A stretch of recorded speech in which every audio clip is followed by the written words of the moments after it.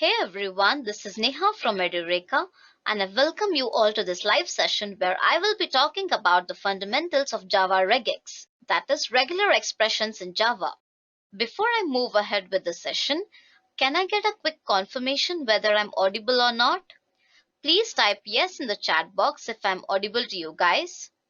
In the meantime, I suggest you to subscribe to the Edureka channel to quick start your learning and also hit the bell icon to get the notifications for the latest update on the channel.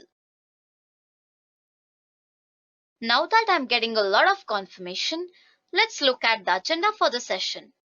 First, I will tell you what are regular expressions. Then I will talk about the fundamentals of Java Regex. After that, I'll talk about the different categories of regular expressions that comprise of matcher class, pattern class, regex character class, quantifiers, and regex metacharacters. And also we will see a demo where I will tell you how to search for a given pattern and check whether it matches or not. And also I will be telling about email validation where I'll take a set of valid email address and invalid email address and check whether the regular expression helps us in matching the email address and figure out which is valid and invalid. So I hope you found agenda interesting, guys. Now, without wasting any further time, let's get straight into the module. First, let's understand what are regular expressions. A regular expression is a sequence of characters that constructs a search pattern. When you search for a data in the text, you can use the search pattern in order to describe what you are looking for. So for example, you have a regular expression like this as shown in the slide, and you can see that the cap represents the start of the line. And a set which is enclosed within the square brackets represents letters, numbers, underscore, hyphen, everything. It comprises of all the alphabets, numericals, and special characters as well. And also, if you want to write a regular expression which is of 3 to 15 characters long, then you can enclose it within the curly braces as shown here, and the dollar symbol implies the end of the line. So this is the basic regular expression where you can understand how you have to start writing a regular expression and how you can include the alphabets, the patterns, everything within the square brackets, and how to represent the length of the characters in flower braces, and finally the end of the line, right? So a regular expression can be a single character or a more complicated pattern. It can be used for any type of text search and text replace operations. A regex character can be simple ABC, or it can be a combination of simple and special characters like AB into C, or it can be example with braces which includes a D star, D plus, anything. So I hope you understood how actually it looks like. Now with this, let's understand what is Java Regex. So a Java regex is an API which is used to define a pattern for searching or manipulating the strings. It is widely used to define the constraint on strings such as password and email validation. So you can see in this below GIF over here that it is trying to search for a regex, that is a regular expression, and it's trying to figure out whether it is able to match the pattern or not. So there are different methods of using Java regex. So let's move ahead and look at the different categories of regular expressions. The first on the list is matcher class. This class is used to perform the match operations on a character sequence. So this is used to match a character sequence. So it comprises of various methods. The first one is Boolean matches. This is used to test whether the given regular expression matches or not. Next, Boolean find. This method is used to find the next expression that matches the pattern. So once you get the matches, then it will go ahead and find the next expression which will be able to match the pattern or not. If not, it stops there and then it will again go ahead and find the next one. Next, Boolean find in start. So here I'm passing the parameter called in start, and by doing this, it will help to search the next expression from the given start number. So you have one more method called string group. Again, this is used to return the matched sequence. So when you get the proper match sequence by using the Boolean matches and Boolean find, then you have to return the match sequence.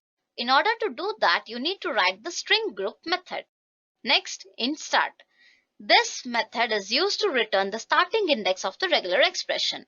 And similarly, int end is used to return the ending index of the regular expression. And you have the group count, which is used to return the total number of the match sequence. So these are the methods of matcher class. Now let's move ahead and have a look at the various methods of pattern class.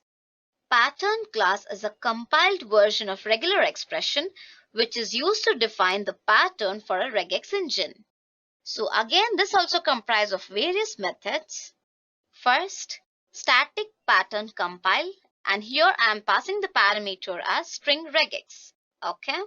This method will compile the given regex and returns the instance of a pattern. I will tell you how exactly all these methods work with the help of an example after this. For now, let's understand all the different methods. Next, you have a matcher match which comprises of a parameter called char sequence input. So this is used to create a matcher that matches the given input with the pattern. And the matcher is the one which is the previous one, which comprises of a Boolean find, Boolean search, int start, int end, everything. And this matcher is used to create a matcher that matches the given input with the pattern. So suppose say you have a pattern that comprises of special characters along with the numericals and alphabets. So what it will do, it will try to match the given input with the pattern. So for that reason, you need to use this method. Next method is static Boolean matches string regex. So this works as a combination of compile and matcher methods. Next you have string split. This is used to split the given string around the matches of a given pattern. So after that you have a method called string pattern, and this is used to return the regular expression pattern. Now let's see a small example of how exactly it works. So here I have an example. In this, I am going to check both categories, that is matcher and pattern as well. So first what I'll do, I'll just import the package for regex, and then I am creating a class called regex example. And inside the main method, I'm giving the pattern as pattern.compile dot and dot, that is the starting index and the ending index. So it implies I can use anything as a starting index and I can use anything as an ending index. But the thing is, it should comprise these x and x in between. So for that, I will use the matcher, which is used to match the given pattern, right? So inside this matcher, I'll write A and B. So what it will do, it will match the given pattern. So this is the pattern and this is the matcher. I'm using both the classes, that is the matcher and the pattern. So I will check whether the given pattern will match the given input string or not. And if the string matches the given regex, then it will say matcher.matches and it will display the output. So now let's run and check for the output. Okay.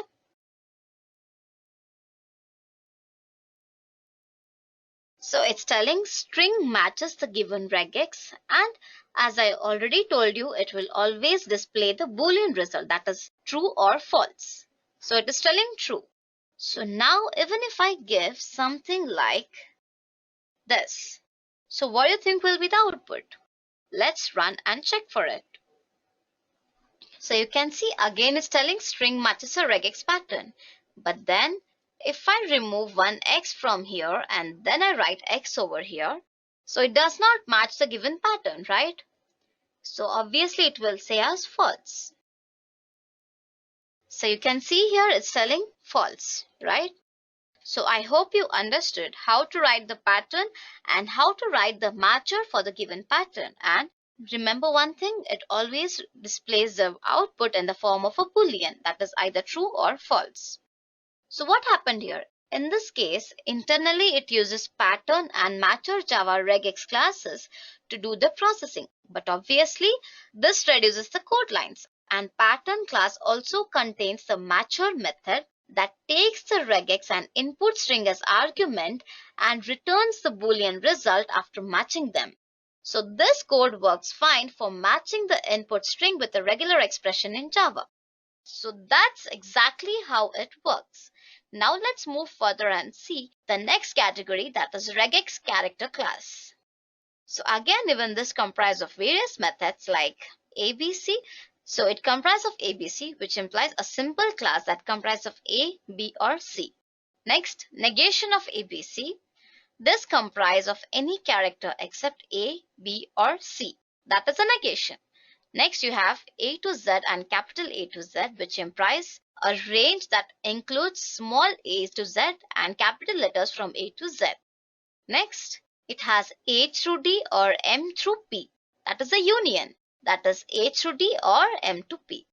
And next you have D, E, or F, which is an intersection for A to Z. And next you have A through Z except for B and C. That is AD to Z. That is a subtraction, but you have to negate B and C. Okay?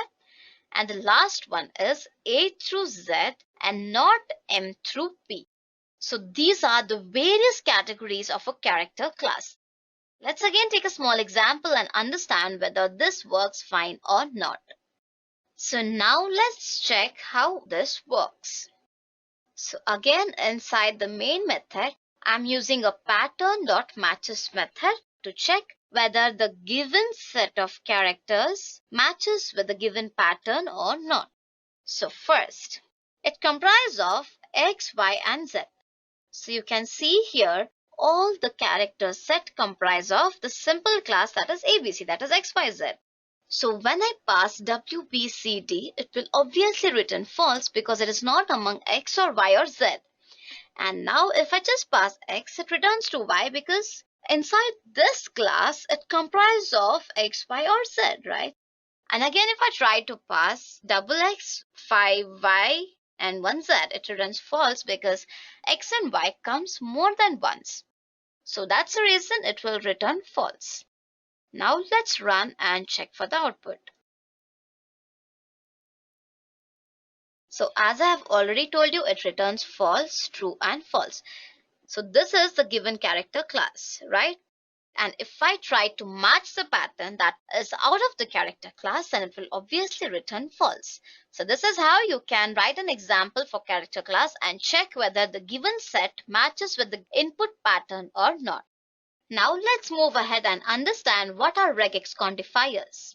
The quantifiers specify the number of occurrences of a character.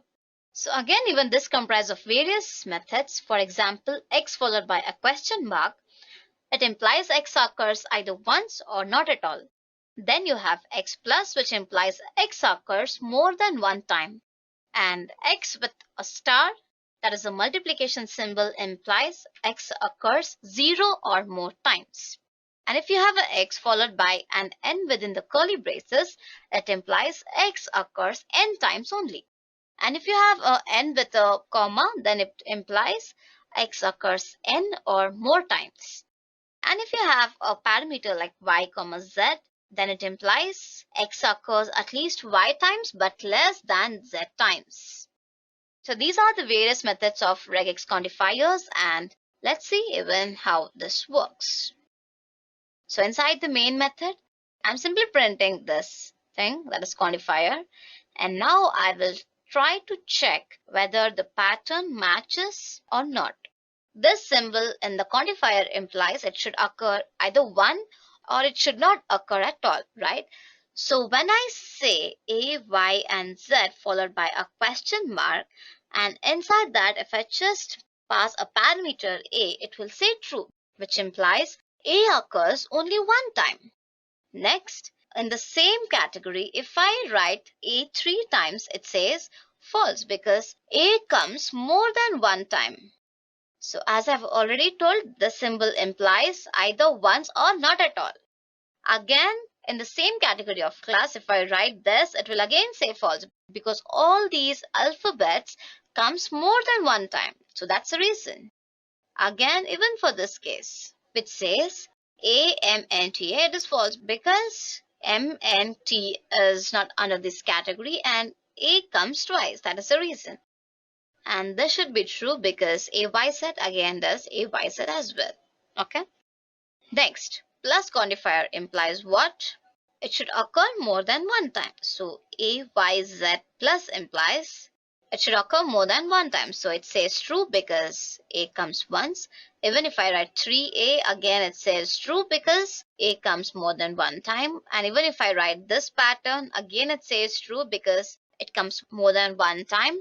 And even if I write this, it says false because MMT is not a matching pattern.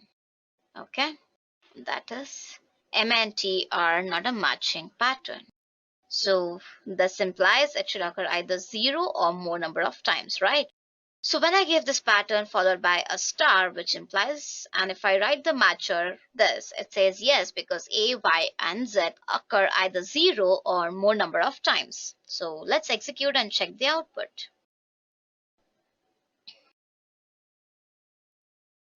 So you can see here the results with respect to the above, correct? So as I've already mentioned you, quantifier works with star, plus and question mark. It implies either it should come one time or it should come 0 or more than one time, or it should occur more than one time. So depending on the type of the quantifier, you can give your matcher and it will check whether the given pattern matches with the quantifier or not. So this is how it works. So the last category on the list is regex meta characters. So the regular expression meta characters work as shortcodes. So dot implies it can be any character. D implies digit. Capital D implies non-digit. S represents any white space. And capital S represents non-white space character. W can be a word character and caps W can be a non-word character. B can represent a boundary and capital B represents a non-word boundary. So out of all this, you can understand that it just represents what?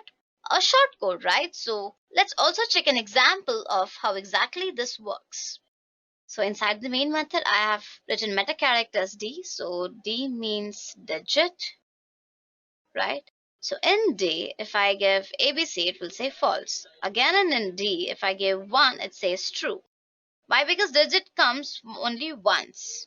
And in the same D, if I give 444 and 3, it says false because digit comes more than once. And inside the D, if I give a combination of digit and a character, again it says false, right?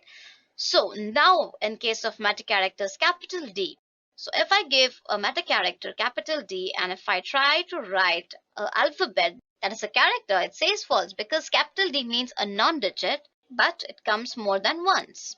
So if I give and the capital D as just 1, it says false again because it is a digit. Again, the same thing goes with here as well because these are the digits. So in this capital meta character D, if I give a matcher M, it is true because it is a non-digit and it comes only once. So a meta characters D with the quantifier. So if I give D and followed by a star and if I pass ABC, then it says true because it is a non-digit and it can occur 0 or more number of times. So in these cases, what happened? I just used a single meta character and I tried to pass a string. So that was the reason it was telling false. Now if I give this, it obviously says true because it is a non-digit and also it can occur more number of times. So here only, if I give D plus, so it will say true only. So this is how it actually works. So that was all about the meta characters. Now let's move further and see a small demo where I will tell you how to find the given pattern out of the string, and also I will explain you how to verify the email validation. Okay, so I have an example over here. This is used to find a given regex pattern and it will also check whether the given string matches with our given pattern or not. So I have a class called demo and inside the main method I am using scanner sc is equal to new scanner of system.in. I am using a scanner class because I want to read the input from the user. So first what I'm saying inside the while loop I'm telling enter the regex pattern. And I have to obviously use this because I want to scan for the next line if there is anything as such. Then I'm using a pattern class to compile the given regex pattern, that is the user input pattern. And then I will use the matcher class to match whether the given input string will fall under this given matcher or not. If not, it will say match not found. If it will find the pattern with the help of a matcher.find, it will say found the text, whatever is entered by the user at the starting index of what is the start of the index. The matcher group is used to return the matched patterns group and the ending index, and finally it will retrieve the matcher.end, means the ending point. So it will say found the text at the group starting at the index, the location where it started and the location where it ended. If it is not found, then it will say matcher is not found. So let's execute and check for the output.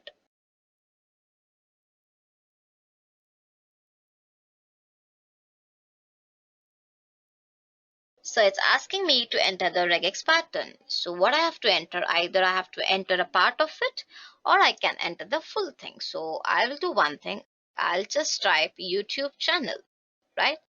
So you can see it is telling found the text YouTube channel, the one which I entered, starting at index 19 and ending at index 34.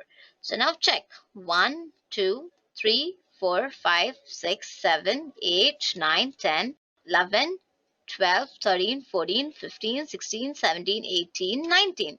So it is starting at the index 19 and it ends at index 34, which is this thing, right? So again, if I enter the pattern Edureka and I'll keep it as small, it says match not found. Even the case sensitivity also matters.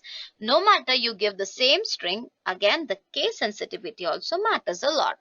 So if I give welcome, it says it is starting at the index 0 because this is 0 and it ends at the index 7, correct?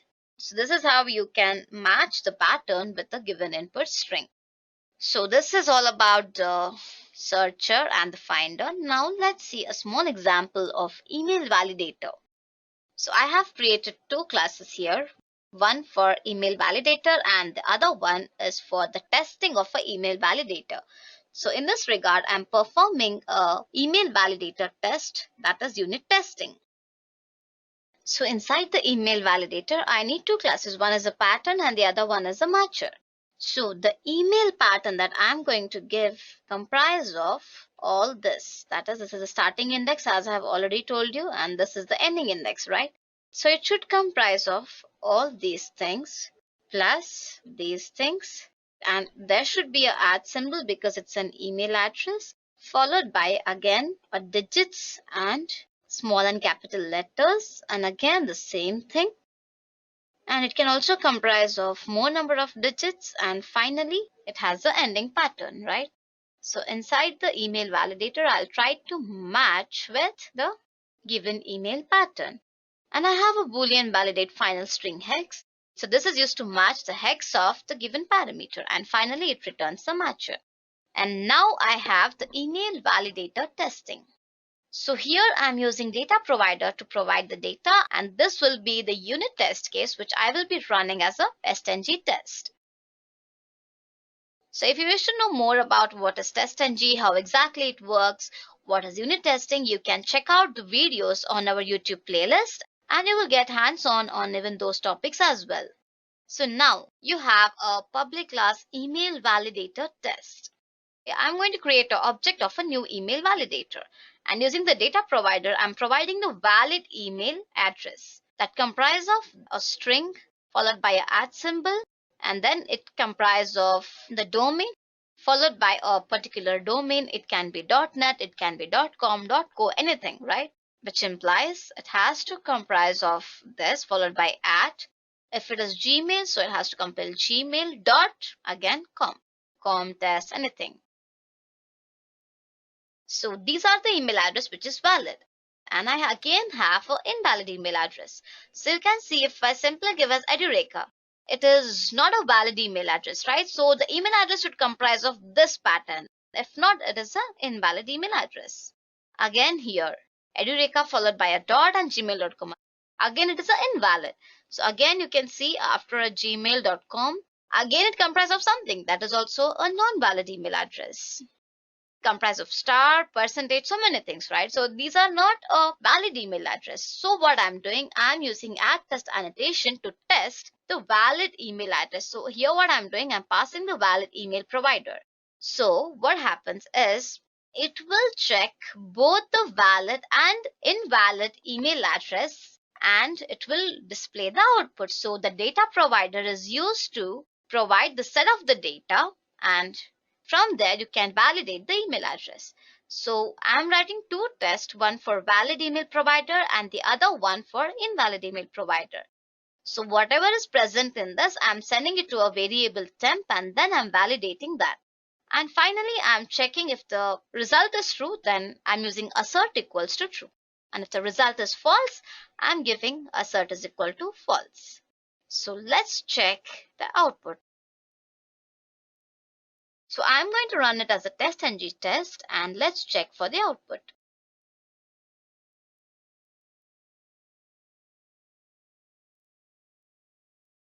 So you can see here, first, the valid email addresses till here, right? So these are the email addresses which are valid and that's true. And now talking about the invalid email addresses, it starts from here and it is false. Why? Because that's not true. That's the reason it is false. And it will also return the string for valid email test and the invalid email test. So both on the default test and suit, the test that was executed was true and there were no failures because whatever I have written the code was working perfectly fine, and that's the reason.